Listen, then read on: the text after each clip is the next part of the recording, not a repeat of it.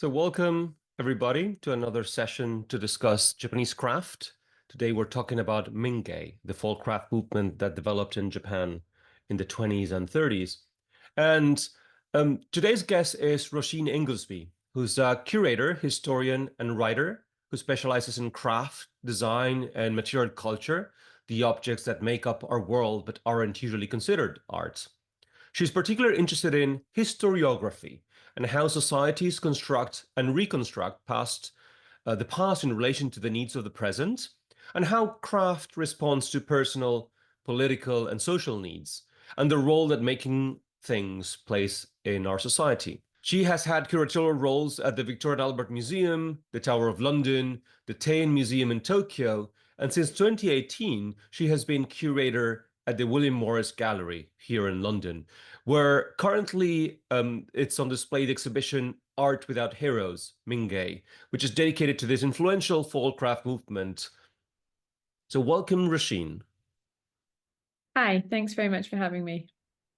So I wanted to start with why Mingei and why now? Well, it's a great question. So, why Mingei? Personally, so there are two answers to this. Personally, there's a personal answer and an institutional answer. As you mentioned, I have been curator at the William Morris Gallery for 6 years. But prior to that, I was living and working in Tokyo, studying Japanese and working at the Teian Museum. And when I was in Japan, I kind of really thought about sort of the folk craft and how that was similar and also very different from my own understanding of folk craft from having worked in England. I was at the Victoria and Albert Museum for a long time, and I kind of worked a lot on craft and design there. And so Mingei for me had some kind of resonances, but also some, very marked differences from what I had understood as sort of, the international folk crafts movement. So when I went to the William Morris Gallery, I was really excited by the opportunity to kind of think more about that and really to draw in the connections with William Morris. I hadn't realized until I started researching it that there is a direct link with William Morris. So the Mingei movement, many people will know, for those of you who don't know, it was a folk craft movement that developed in Japan in the 1920s and 1930s. And it was spearheaded, amongst others, by Yanagi Sōetsu, who's a philosopher, sort of aesthete and philosopher, and Hamada Shōji, who's a potter, and Bernard Leach, who was a Hong Kong-born British ceramicist and artist. And Leach had studied with someone called Frank Brangwyn. Frank Brangwyn himself had been a student of William Morris. So there's a direct sort of genealogy there. Frank Brangwyn also founded the William Morris Gallery. So there's a very nice kind of neat little link also. And one of the early Mingei protagonists, Tomimoto Kenkichi, actually was the first person to write a biography of Morris in Japanese. So he had come to England, he studied at the V&A Museum, and he'd been really impressed by Morris, and he went back to Japan and he wrote this biography. So there was all these kind of links sort of floating around that I thought was sort of interesting to discuss. And, I proposed the idea to the William Morris Gallery, and, we thought it would be, successful, nice, something that had not actually been done before in the UK. Then the pandemic happened. So originally it was going to be 2020, and then the pandemic happened, and actually that was a really great thing in terms of the exhibition, because it meant I had a lot longer to really do a lot of research, and the show that has come out subsequently has benefited from that extended gap and that more greater time, really. And then sort of the other reason for doing it now is that it feels there are some very relevant ideas in Mingei, specifically around craft, the popularization of craft sort of in the face of sort of industrial change. And of course, we're thinking about not just industrial change, but AI as well. Thinking about craft as a kind of rarefied or gentrified product is something that I think comes out quite strongly in Mingei, and it comes out very strongly in our kind of artisanal craft culture at the moment. I think it's quite an urgent thing to think about. And then also, there is a real interest in Japanese culture in the UK at the moment, as of course So it felt like there's a lot of factors that we could bring together for an exhibition to kind of help people understand a little bit about the movement, because it's not something that I feel is really known that well in the UK.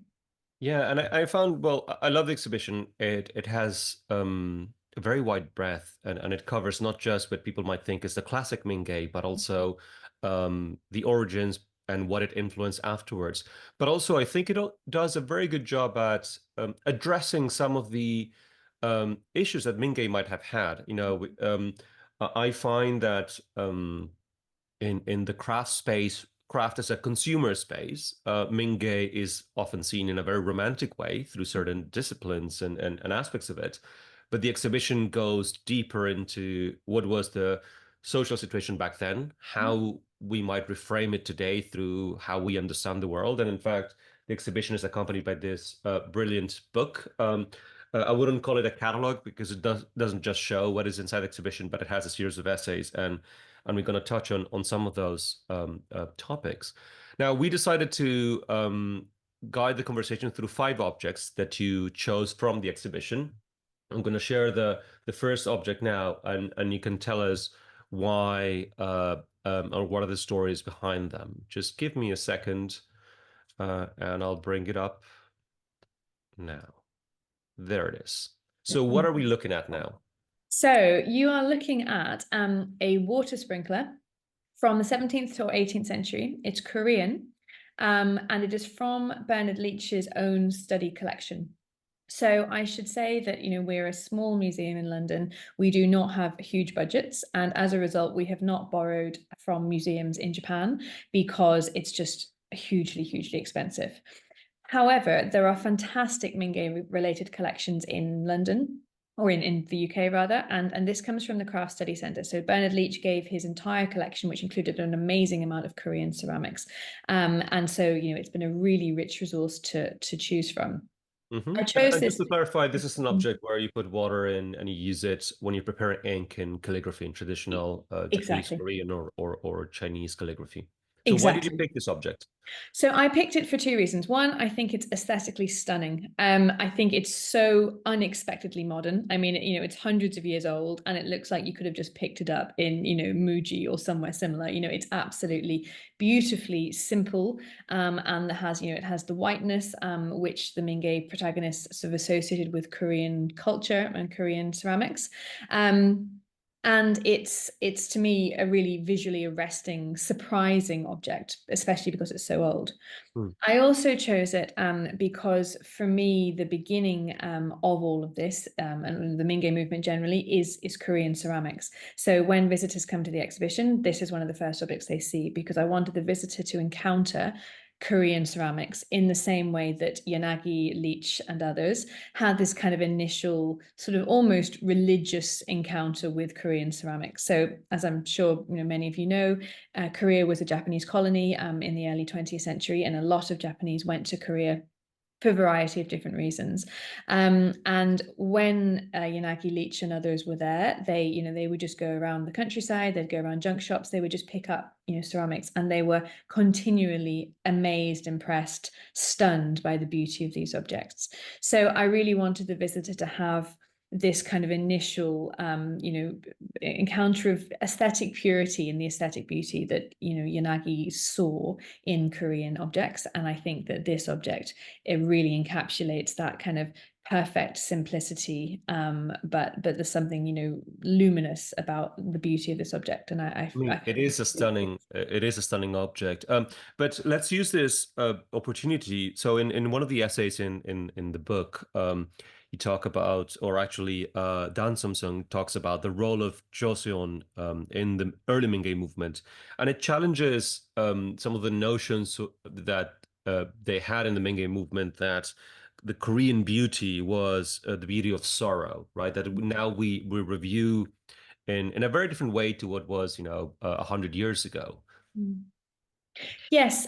So yeah, Dae Samsung, who's a curator of Korean arts at the V&A, she wrote about the Korean relationship with Mingei.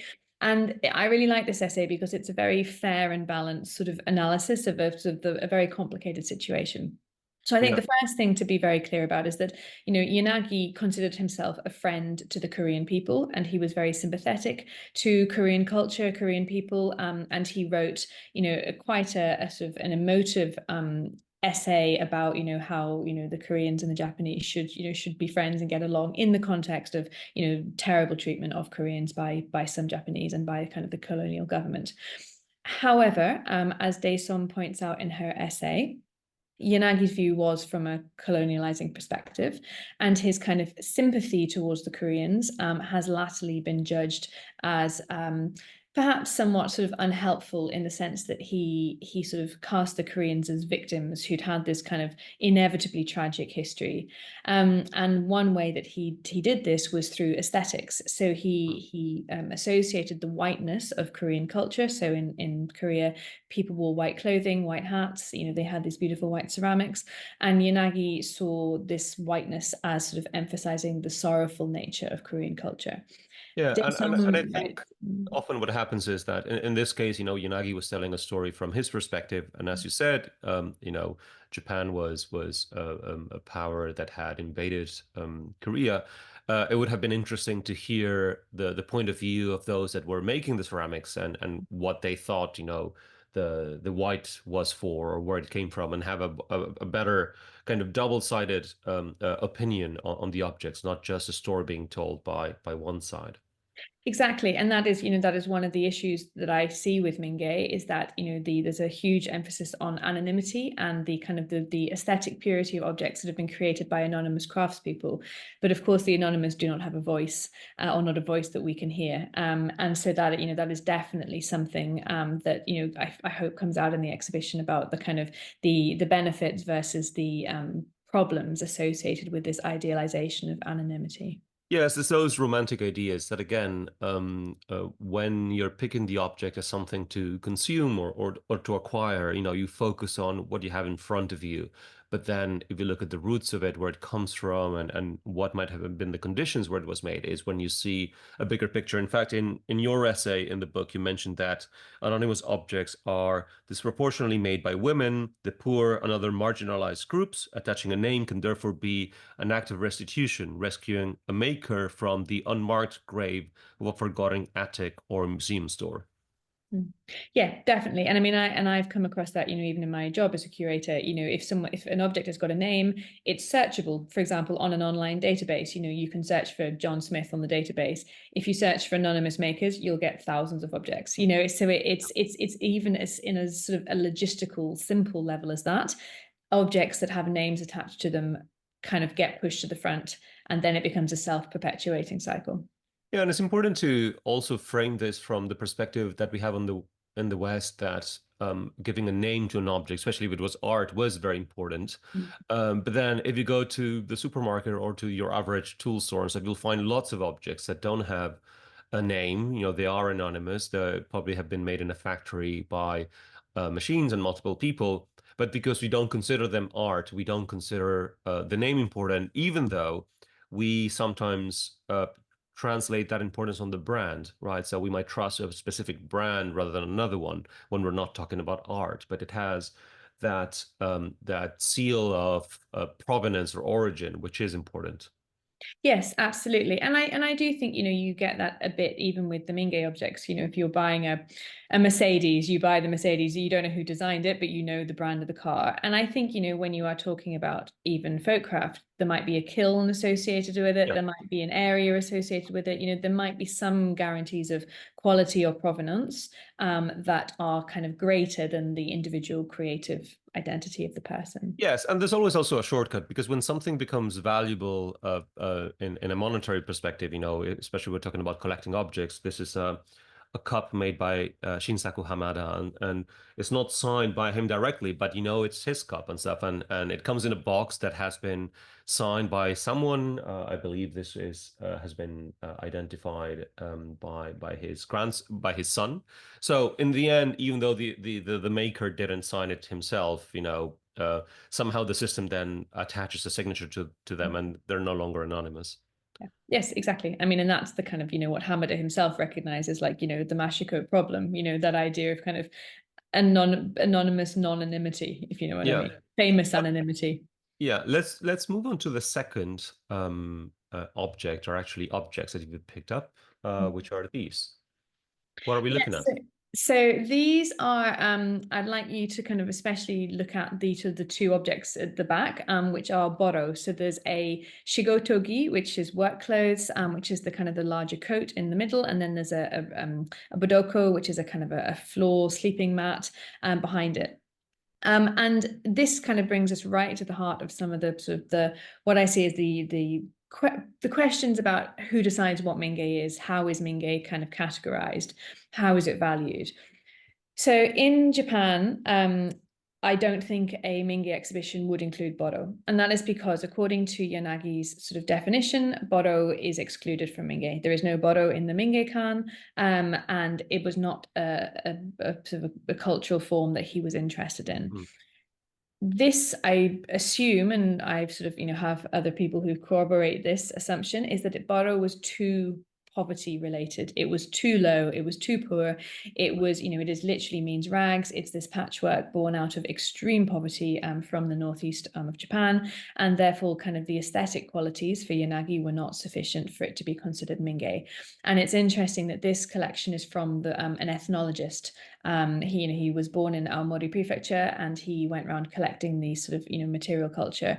But this is not from a folk craft museum. It's not from the Mingei-kan. It's definitely from a different sort of collection. Yeah, So the irony is Mingei, that this was something that really people used, the people, that Mingei says it represents, and that it acquired value with time. So now we find these things aesthetically beautiful. They're actually very, very expensive, to buy vintage Bora. But as you mentioned, back then it was a resource that poor people used to mend clothes because they couldn't afford buying new ones, and they would get every possible little patch and reuse it. The idea of motai-nai, right? Nothing can be laid to waste because we don't have other resources, and they might use this and pass it on, and it would be fixed.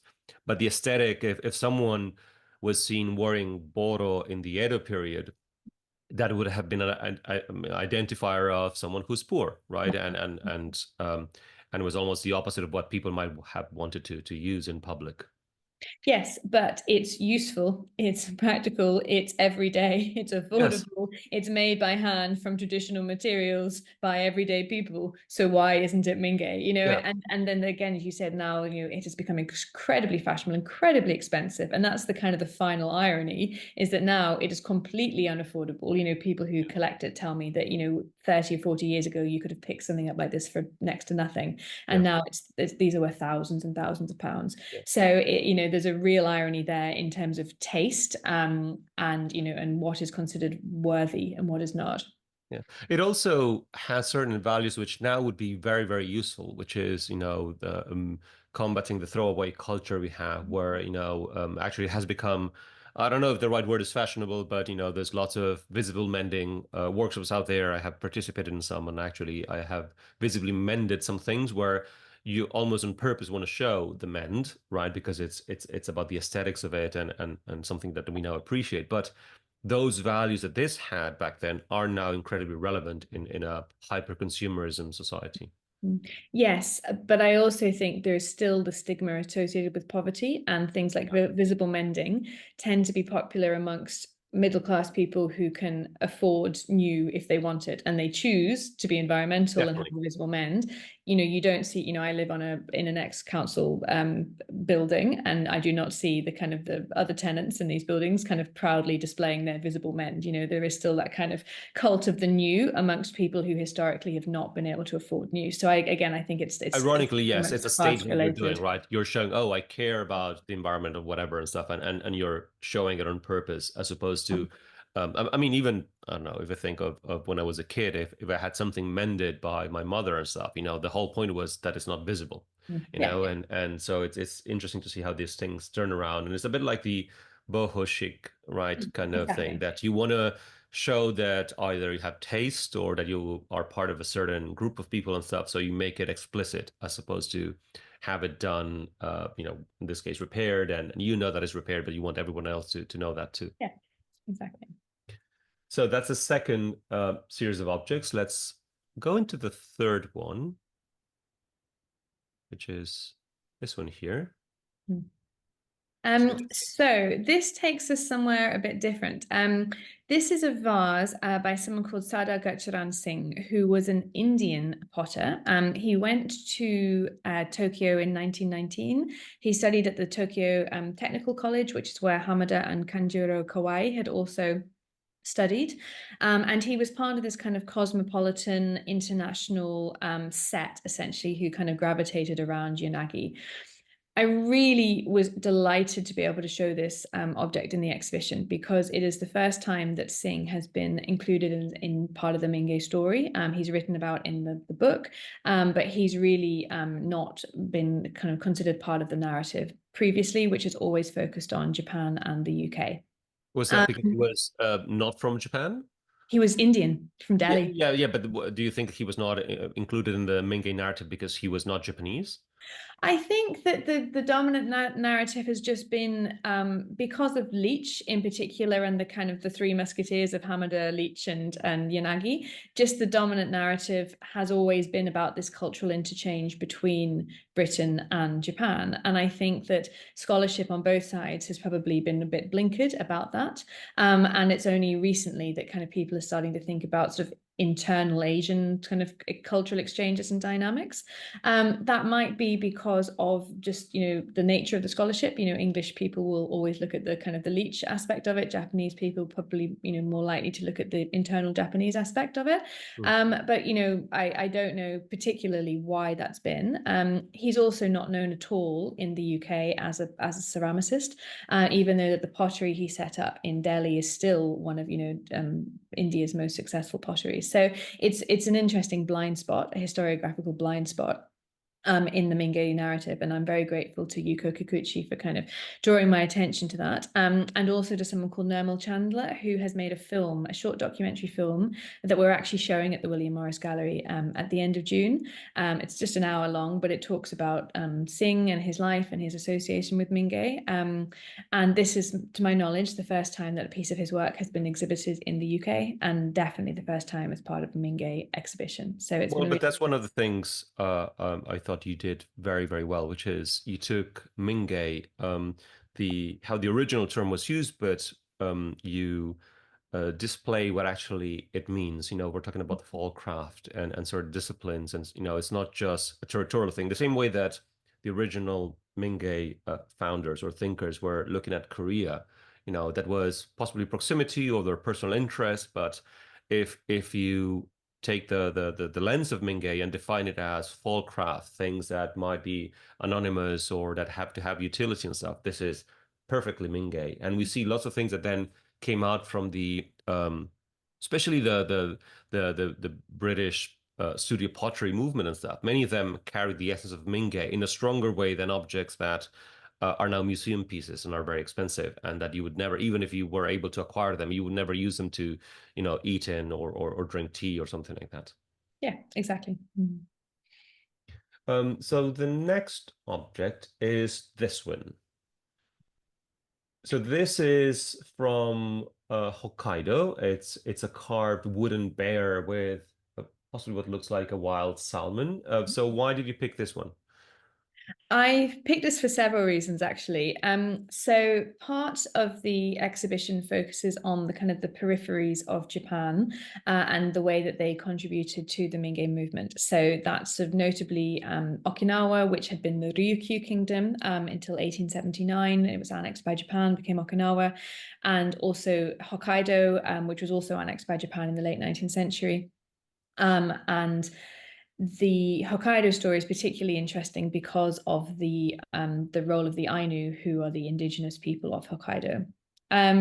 This is one of the politically most difficult things about this subject. And the Ainu were sort of displaced from their land. A lot of their culture and their language was eradicated, and they were reduced, as indigenous people across the world have been, to kind of second-class citizens in their own land. So it was very important for me that the Ainu story was told sort of authentically and sort of respectfully to Ainu culture.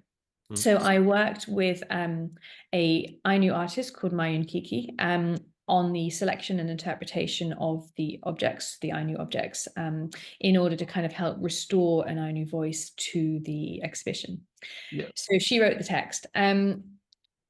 At the same time, this bear relates also to the tourism boom of the 1960s. So fast forwarding, from the time that Mingei folkcraft is discovered, it becomes after the war, very popular. There's a big boom in tourism and travel.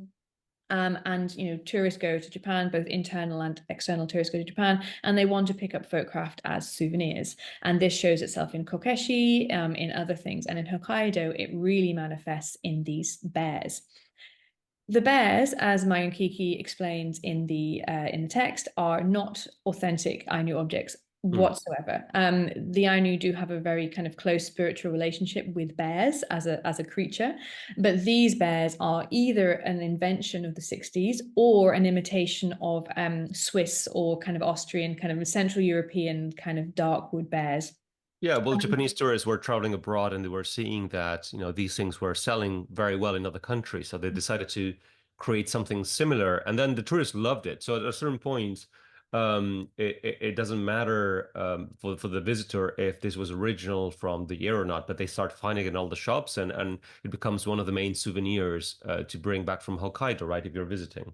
Exactly. And as Mayunkiki says, these now in secondhand shops all over Japan because so many people bought them in the 60s. And then, they've passed away and no one wants them and they're kind of cheap and they're kind of kitsch. And Yeah, actually this one, this belongs to my parents because my grandmother's friend went to Japan in the 1970s, I think. And he was given this as a gift. It was a business trip. He was given this as a gift, I guess, like corporate hospitality. He brought it back to England. He passed away. My mother, for some reason, inherited it. I found this in my parents' cottage in Ireland. And I was like, I'll take this for the exhibition. So that just shows how common and prevalent this kind of fake craft is. It's mass produced, it's cheap. And although it does have, some relationship with, indigenous authentic culture, it's a very inauthentic object, even though many people would consider it folkcraft. Well, and in a way, it rewrites history because when you see one of these, you think Hokkaido, right? Because that's where Yeah. they've been made popular. But also, you mentioned kokeshi, and you have several in the exhibition and also the essay in the book where kokeshi were from historically a specific area. I believe it was in around Yamagata. And also, at a certain point, they became popular as a gift. But actually, they started to be produced in quantity in different areas that actually they had the wood workshops. And they saw it was a good thing to sell. They started making them to represent all the different provinces and regions in Japan and stuff. So it started with a Mingei root or an original root, and then it became a popular thing. And the Mingei side of it was extracted from it. But if something sells, why are you not gonna make it? Because people still have to make a living. Yeah. And how do you think today's understanding of these objects because you travel to Japan and you still see lots of gadgets and some you have the dolls that used to be possibly for kid celebration stuff and now they're seen as something that you bring back from Japan. So how do you see the relationship with original craft culture and its encounter with capitalism? It's very difficult because one can be purist about it. It depends on one's definition of culture, I think. One can be purist about culture and sort of consider only sort of high culture as culture. At the other end of the spectrum, you can do what Yuko Kikuchi does, and she says, "Oh, the Hyakuen store, that's Mingei. It's mass produced, it's affordable for everybody. It's useful, etc." I think I lie somewhere in the middle, in the sense that I do think that there needs to be a kind of a spirit of something being made not just for the purpose of making money potentially, and that things having a value other than just selling to tourists. I definitely think most makers of kind of what we consider tourist crap probably wouldn't use it themselves, and they might even look down on the people who buy it. So I think that there is somewhere in there this kind of complicated line of authenticity where something may not be traditional, it may not be hundreds of years old, it may be made for the purpose of making money, which obviously, of course, all craft is. Like, no craft person makes things for fun. You make things to make money, you have to. So I think removing money from the equation is completely misleading and romanticized. At the same time, I feel that there is also, people who do their work for reasons that are not solely financial. And I think that's the kind of the sweet spot between kind of, capitalism, which, without which craft would not exist in our world, and sort of cynicism. Yeah. And I think one of the dimensions that it's often cited as very important in Mingei is utility. Something that's been made to be used. And in fact, in the exhibition, you have one of the rooms is dedicated to, modern Mingei, or things that have inherited and evolved through the lens of Mingei. Muji comes up in the essay by Naomi Pollock. There's several objects that have a craft root. But then, machines might have been used. I mean, in fact, Sōetsu Yanagi's son became a very famous industrial designer, a product designer, but he was also the director of the Mingei-kan, the Mingei Museum in Tokyo. So I think it's very interesting when you look at things in the current world through the lens of Mingei. In fact, a lot of Japanese craft historically evolved then into industry, because we had new methods, better methods to create certain things, or certain things did require a machine. Often we make the difference between what could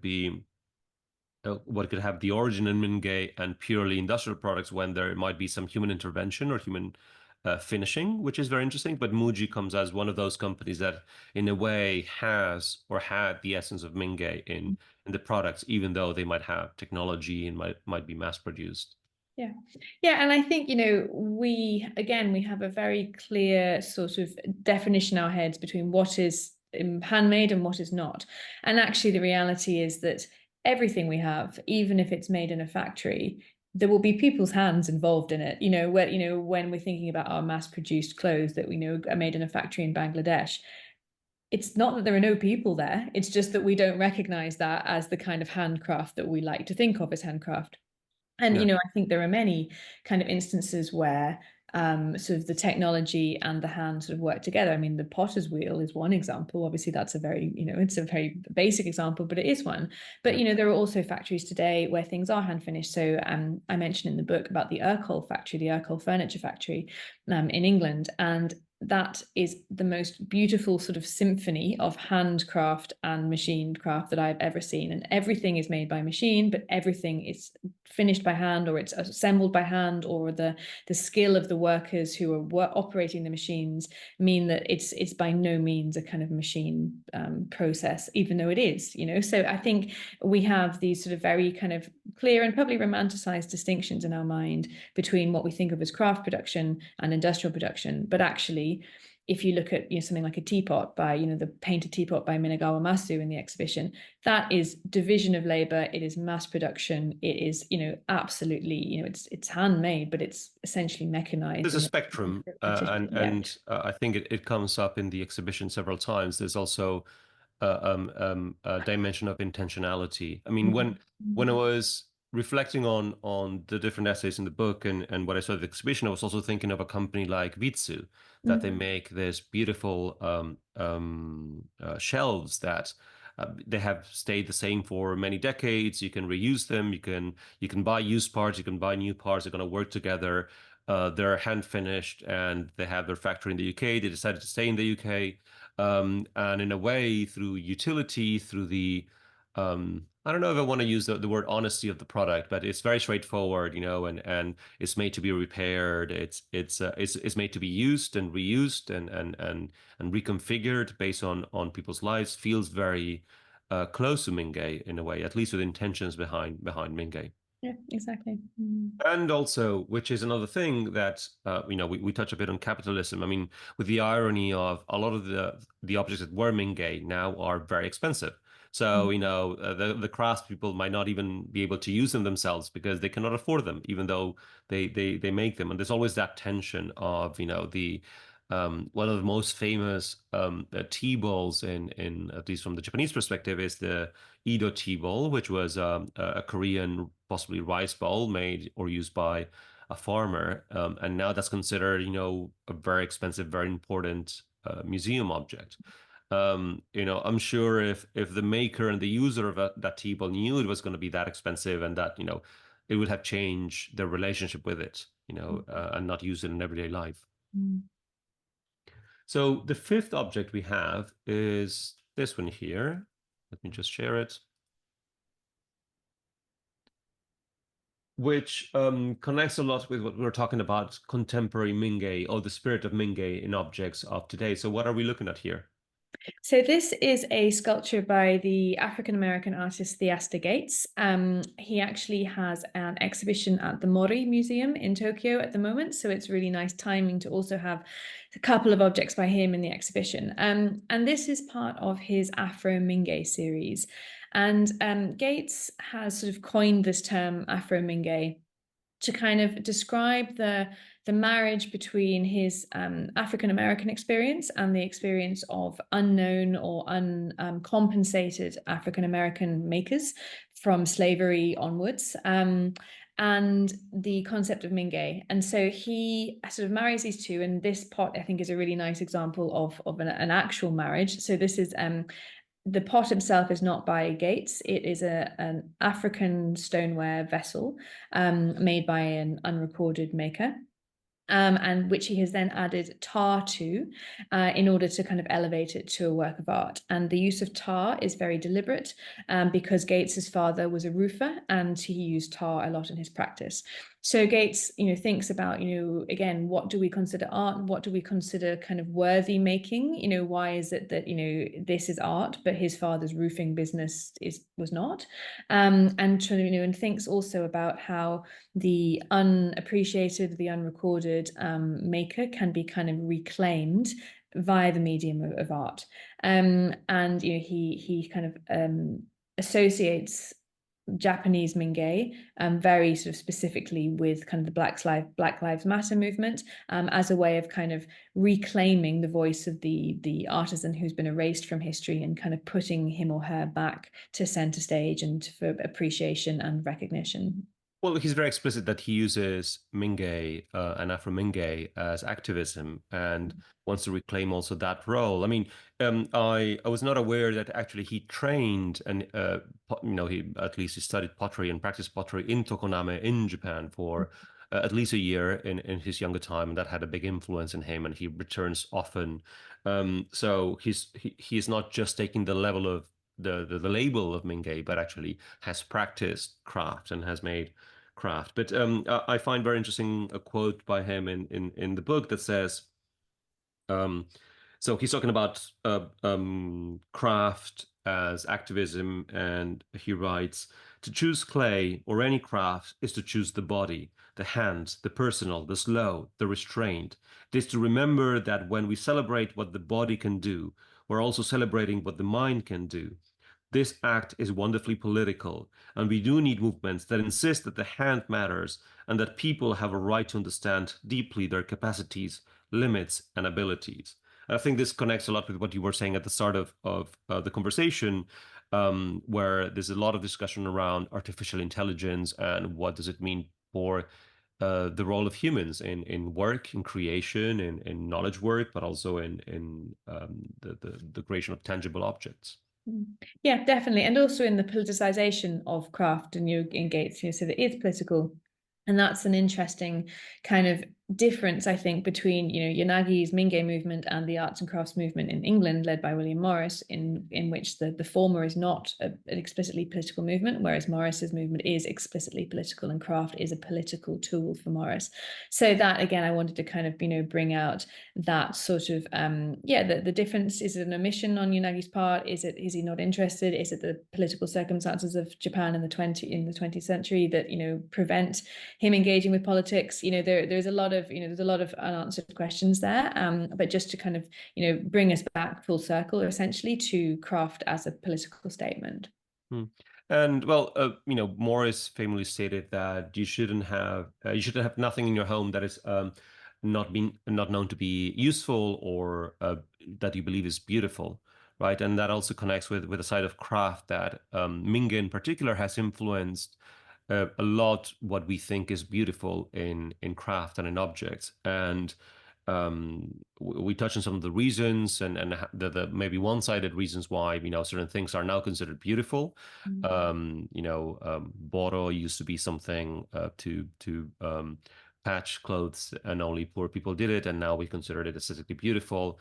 A lot of the Korean ceramics that Yanagi and Hamada and Leach loved are now considered beautiful, but many of those objects were very humble, right? They were not made for beauty, but they were made for utility. So Mingei has had, even though many of us didn't use the label Mingei because either we're not aware of it, and so, but we have lived through the influence of Mingei in so many things that surround us, especially in Britain through the studio pottery movement, which still, actually it is gaining a lot of popularity, has then influenced ceramics in several other countries, especially in the last century or so.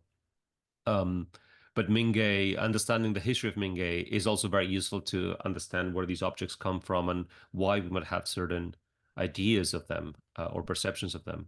Mm-hmm.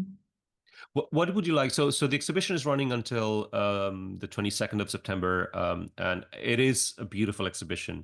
I think it raises very interesting things about the history of Mingei, but even if it's just from an aesthetic perspective, it is very beautiful. What would you like the exhibition to leave once it's over? What would you like to be the seeds of it in the world? That's a great question. I think what you alluded to at the beginning, that the slight problematization of Mingei, and I tried very hard with the exhibition to make it critical without criticizing, if that makes sense. So I agree with you that a lot of exhibitions on Mingei are too straightforward, and they are too kind of accepting of the sort of the tenets of Yanagi, the tenets of Mingei. They don't look at it in its socio-economic political context, and there is a kind of a line between that sort of acceptance, and also I think in a way it can be seen as a form of sort of Orientalism, that it's kind of admired, so Japanese culture is admired, but it's not properly engaged with, it's not properly sort of looked at in the round. And so the aim of the exhibition, I think, is to try and disrupt to some extent, and in a respectful and an open and a collaborative way, that sort of basic assumption that Mingei is just sort of pretty brown pots, essentially. Yes. So I would really like to kind of contributed to some of the wider questions, which I think can only be useful and valuable and supportive of interest in Mingei in the long run. I think that if you have something that is not questioned, it becomes stagnant, it becomes conservative, and it would just be another exhibition that repeats things that people already think they know. So I hope that it will encourage people to think about it critically, and become more interested because of those interesting questions.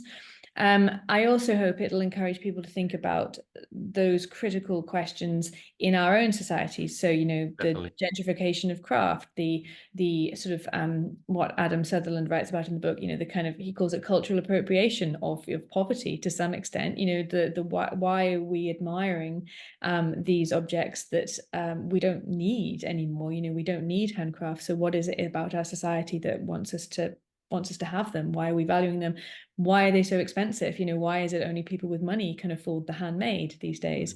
And then also questions of repair, sustainability, how we can think about the kind of the moral questions of Mingei in our own lives in order to heal our environment. Yeah, and ourselves. What I do like is that you're not trying to have the final answer on all these things, which is a um, very common trait on certain circles. I mean, go to any online forum, which I don't recommend and stuff, and everyone wants to have the final answer on things. But I find that the questions are more important, and also learning what can be extrapolated to other dimensions. You mentioned the Orientalism, effect, and I'm seeing that a lot in Japan is very popular right now, and Korea are very popular in pop culture. Um, and if you look at, for example, manga and anime, I only have a limited interest in it, but platforms like Netflix are creating lots of anime because it's very, very popular. Now, a lot of that anime might sometimes be based on either Japanese IP or Japanese Japanese themes or Japan-related themes, things like the samurai and stuff like that. But then they're not produced in Japan. They've been created by in other places where it's cheaper. They're just taking some tropes from those cultures and then are remixing it in a way that it just even though they might use Japanese titles and stuff, they have nothing to do with Japan. But that Orientalist effect sells very well, so it's very popular and it's attracting lots of money. And then you have the tension when people visit the country. They expect those things to be part of reality. And, the average Japanese person doesn't consume that kind of culture, is not even aware that that exists or that it has the Japan label on it. So I find that by reflecting on the history of Mingei and the effect it has had in modern life, we can also address what's happening in other industries and other cultural sectors where we very often repeat, the same tropes over and over again, which in the end ends up extracting value from someone. In the case of the anonymous makers, or in the case of animators, which are paid very little money, and often don't even have a say on the stories that are being told. Yeah, exactly. Now, I know it's very difficult to pick favorites, and here you selected 5 objects that were useful to tell some of the stories behind the exhibition. But do you have any favorites? If you could own one of those objects that's not the bear, that it's in your family, what would that be? Well, I Or always mine? think a curator is a bit like a mother with their children. They should never say what their which their favorite is, even if they do have one.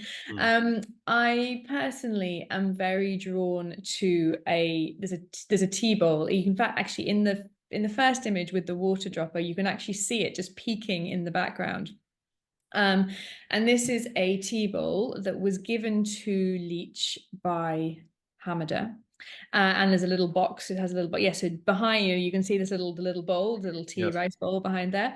And I'm not a collector of objects really. I've always kind of rolled my eyes when a collector who incidentally will have a huge amount of money says, "Oh well, I just it called to me. I had to have it." And they have a kind of spiritual connection with an object. Yeah.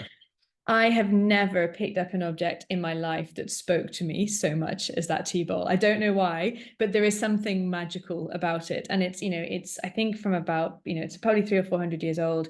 It's been broken, it's repaired. It has kintsugi repairs, but it has older repairs as well. You can see imperfections in the glaze. It's a kind of a funny shape. You can see the handprints of the maker.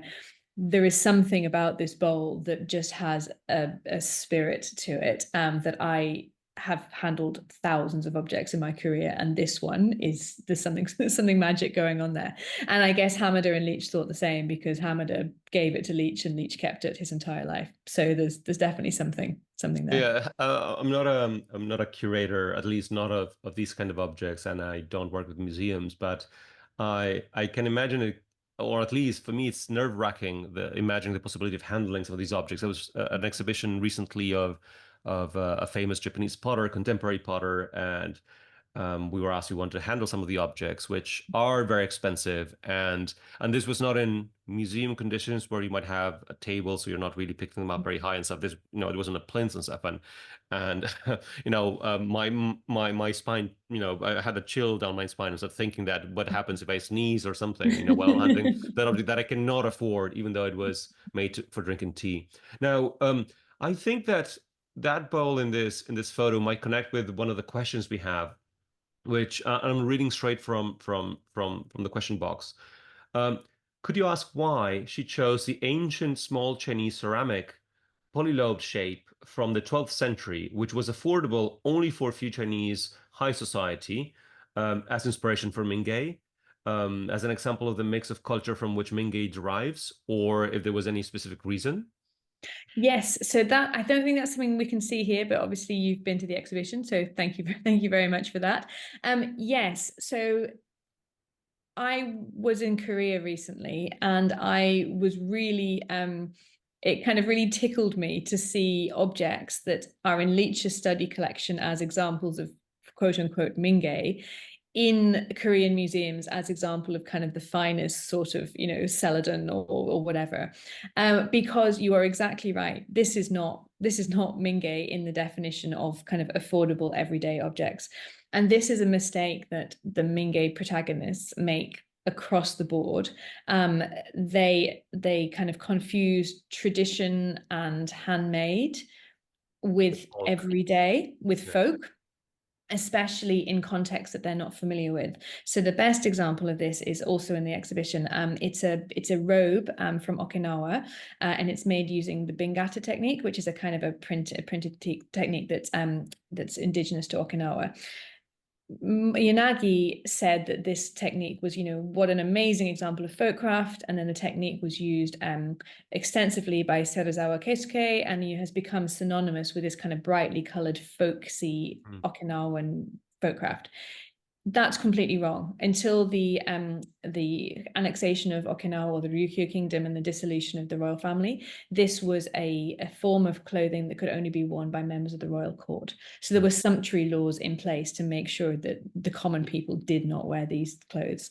But given a few hundred, or even less than 100 years, but given time, given sort of cultural ignorance, given this kind of gap in understanding between the difference of kind of indigenous culture and perhaps not respecting or understanding the social structures of indigenous cultures, it kind of gets lumped in with this sort of art of the people, the common people's art. And that, I think, is something that's a real issue with Mingei. And it happens also with the Ainu objects as well. If you don't understand the social structure, you can take out the objects and admire them in the way that you think, but you're not really understanding them. And I think that for me was very important, to kind of reintegrate the aesthetic appreciation with the socioeconomic context. And I think that's something that will happen very often whenever you have a one-sided consideration or conversation. Because if Yanagi would have asked the Okinawans, what do you think of this and stuff, they would have said, oh, we don't use this kind of stuff. I mean, there's an essay by Anna Jackson which talks about the textiles and how many of those things have what we today could say folksy characteristics. They're made of maybe very local textiles like hemp, or they have indigo, and or they have very minimalistic designs that we think, oh, that's what people use, and it's the opposite. It was what very few groups could use. I also like that in the exhibition you have a few woodblock prints, which are not Mingei, but they're showing how people were dressed back then. So they're almost showing you, this is how people use these things. This kind of indigo clothes and stuff were used either by tea pickers, something like that, and that possibly represents better what was folk than some of the one-way views of objects that were identified as Mingei, but they were not that at all. Yeah, exactly. Now, I like the flow of the exhibition. Could you describe, so you have multiple rooms, you also have a theater room. So could you briefly describe what's the role of each one of the spaces in the gallery? Sure. So, for those of you who don't know, we're an 18th century building, which is where William Morris used to live. So we know it's a big domestic building, but it's a domestic building. And then in 2012, we had a kind of white cube space built on the side of it. So it's a kind of complicated space to curate because, we have this white cube space, but then we've got all these other kind of little old rooms with fireplaces and mantelpieces and, odd paneling and things like that. So we try and take the visitor on a kind of a journey through the building with the exhibitions. So the first room is what I'm kind of considering kind of true Mingei, which is the kind of the 19th. So it's an introduction to the concept. It's an introduction to the people, such as Yanagi, Leach, etc. But it focuses quite heavily on the sorts of objects that Yanagi would have categorized as Mingei. So the sorts of ceramics, the Korean objects, the sorts of textiles of different types, paper, which is one of his kind of preferred Mingei objects, and then also work from Okinawa and Hokkaido, to kind of give this sort of general basis of when people in the 20th century were talking about Mingei, what they were referring to. The second room is based on what I consider kind of the Mingei movement. And so by that, I mean the kind of the 20th century movement that grew up around the appreciation and display of these objects. So it talks about the establishment of the Mingei Museum and the Folkcraft Museum, the department store exhibitions, the Mingei Journal, and the work of these kind of famous makers like Hamada, like Kawai, who starts kind of producing work under the Mingei umbrella, but is not Mingei in the sense it's not folkcraft. It also looks at ontayaki and also folkcraft from Okinawa to show how kind of some specific areas that were identified by the Mingei protagonists as really good Mingei kind of became famous for that. And that's, again, one of the ironies of the movement that Onta is a sort of a Mingei paradise, except that it was completely fundamentally changed by the whole concept of Mingei.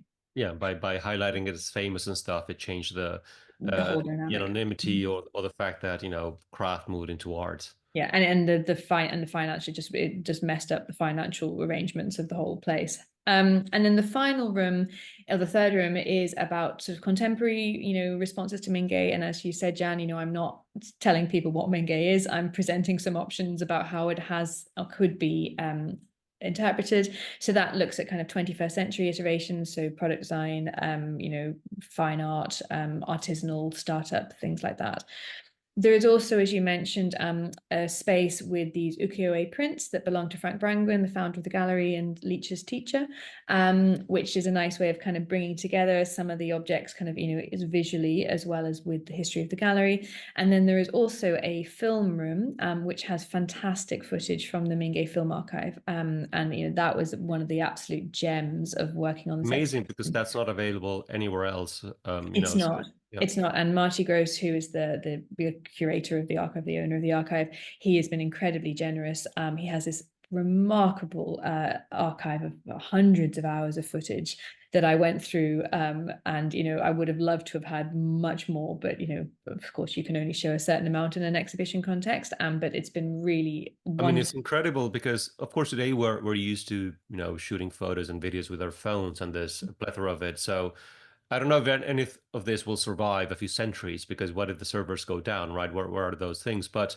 seeing the videos that I think was Leach shooting in Korea with a 16 mil film, which was possibly incredibly expensive, but he's just walking around a market and stuff. So showing everyday life. There's very few testimonials of that time that are as, I mean, of course, it's something that caught his interest, so it's not an innocent, independent view, but just seeing, how people were wearing certain clothes or what they were doing in the markets and stuff is so powerful. I mean, we give that for granted today because we shoot everything and anything.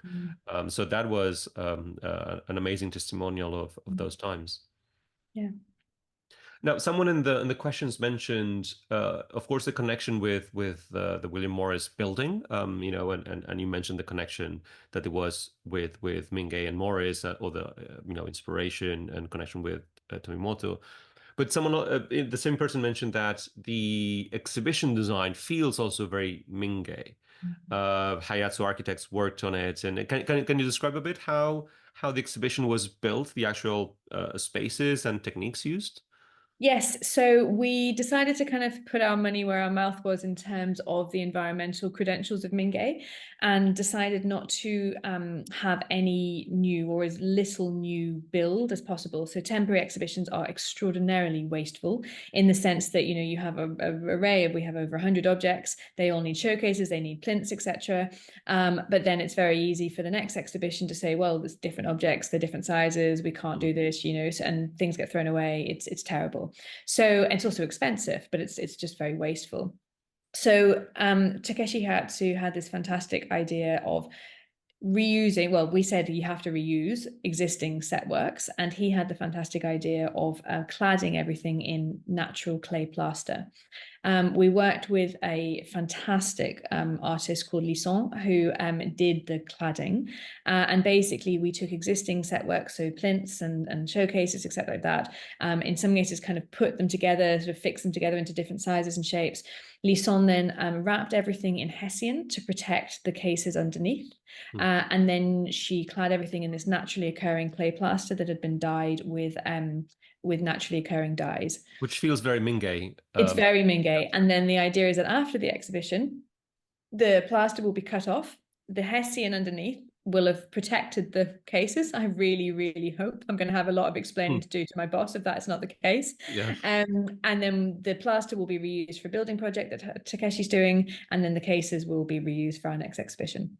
Amazing. So it was, yeah, it was, to be honest, it was logistically quite complex, and it's only because Lisson was so fantastic and dedicated that we were able to do it. It could have been a total disaster, to be honest, but it's not, and I love it, and it's holding up really well. It's not been done before, so we didn't know, is it going to crumble? Is it going to, disintegrate? It's holding up really nicely, and the colors I think are excellent. And that was something, Takeshi chose the colors because he really wanted it to have that spirit of folk craft. And I really wanted to avoid a concept of kind of this sort of Zen, wabi, minimalist Japanese kind of, stereotype that people might have expected. And, I really, really did not want that sort of, faux Zen look. Mingei, in a way, is the opposite of that. And Of Zen is course. another, in the same way that Mingei has been adopted as a almost a mindless label to identify lots of things that have nothing to do with Mingei. Zen is the same thing, right? In fact, it has been turned into an adjective or a verb. Oh, that is so Zen and stuff, which has nothing to do with Zen. I think some of the challenges you had was because you were doing this for the first time, but I hope you're doing documentation to teach others and share with others all of that, because the exhibition will come and go, but I think that the approach you had to how it was built and the resources could be very, very useful to others. And given that you've done the hard work now, others could learn from that and build on top of it. So I definitely noticed the installation, the materials, the colors. There's almost a paper to be written about that, because very often, even in fantastic exhibitions where they have beautiful objects, it's just objects on plinths. And there's this, go to most modern art galleries and the walls are going to be white and stuff, because that's very convenient, right? Because it's a blank canvas for lots of different things. But when you go into a place that feels harmonious with what's being shown, it's way more powerful, even in delivering the message of the exhibition, not just for aesthetics.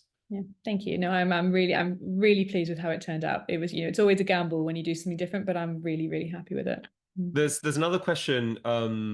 I'm going to read it out loud. So you mentioned that the unknown craftspeople were disproportionately women. In the exhibition at the William Morris Gallery, I noticed some women artisans being acknowledged. Do you consider that in the near future, this acknowledgement is likely to grow amongst scholars?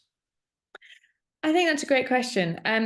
I have a regret about the exhibition labels in that I feel I have actually unwittingly not acknowledged as many women as I could.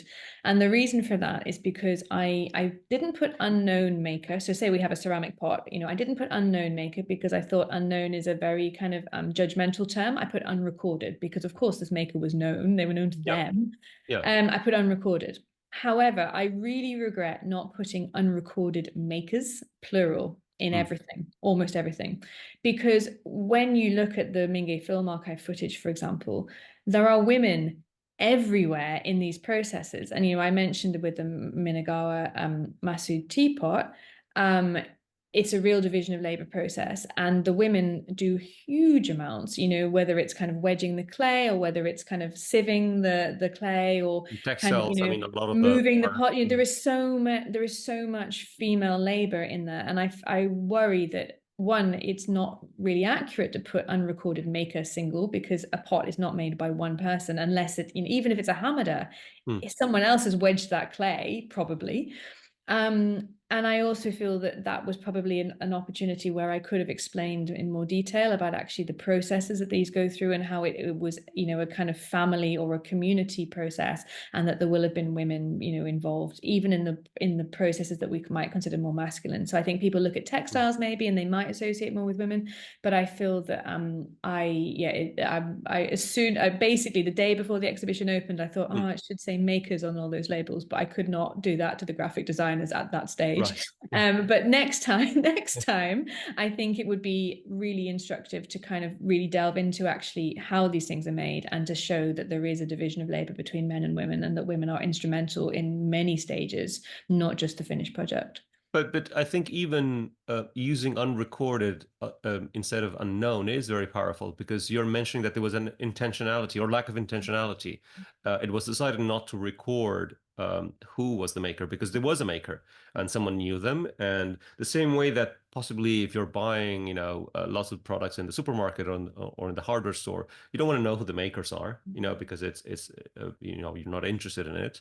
There were makers involved, and it's just a matter of intention.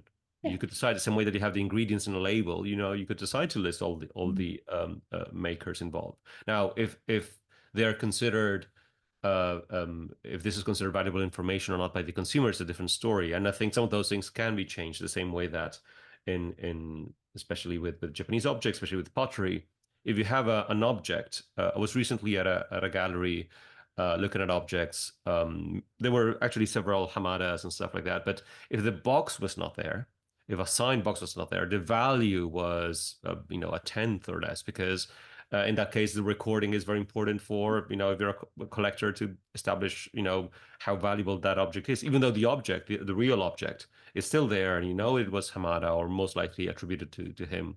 We use these boxes as indicators of value. And I think that the intentionality of recording or not is a very important dimension to bring to the foreground, because someone decided that. It's not just because. Yeah, and you actually see it. I was just thinking, sometimes you go to the supermarket and you buy your carrots, and it's like, grown by John in Norfolk. And that's obviously, it's a marketing ploy, but it's a way of counterbalancing the anonymity or the suspicion about where our products come from, because obviously we haven't got a clue where Well, things the come from. provenance, actually, if we're talking about tomatoes, I know that certain tomatoes grown in greenhouses and stuff, especially in certain countries, will taste with nothing. So I actually appreciate when they say if they are from the UK or from Spain or from Italy or from the Netherlands, because this is going to change my choice. I'm less interested in knowing it was John, Jill, or Josie. But there's a value in knowing where they come from. Mm. This has been incredible. I really, really like the exhibition. I recommend to those that are joining us today or that'll watch this video, if they're visiting London or they're in London, to definitely spend some time. The book is very interesting. I think that the book also touches on some of the aspects that would be very difficult to share just by looking at an object or reading a caption. So thank you for curating it, for doing it, for bringing also a critical eye to something which, again, sometimes gets over romanticized. And thank you for dedicating this hour to talk about the some of the objects and the stories behind them. Great. Thank you very much for having me. I really enjoyed it. Thank you. Cheers. Bye. Bye.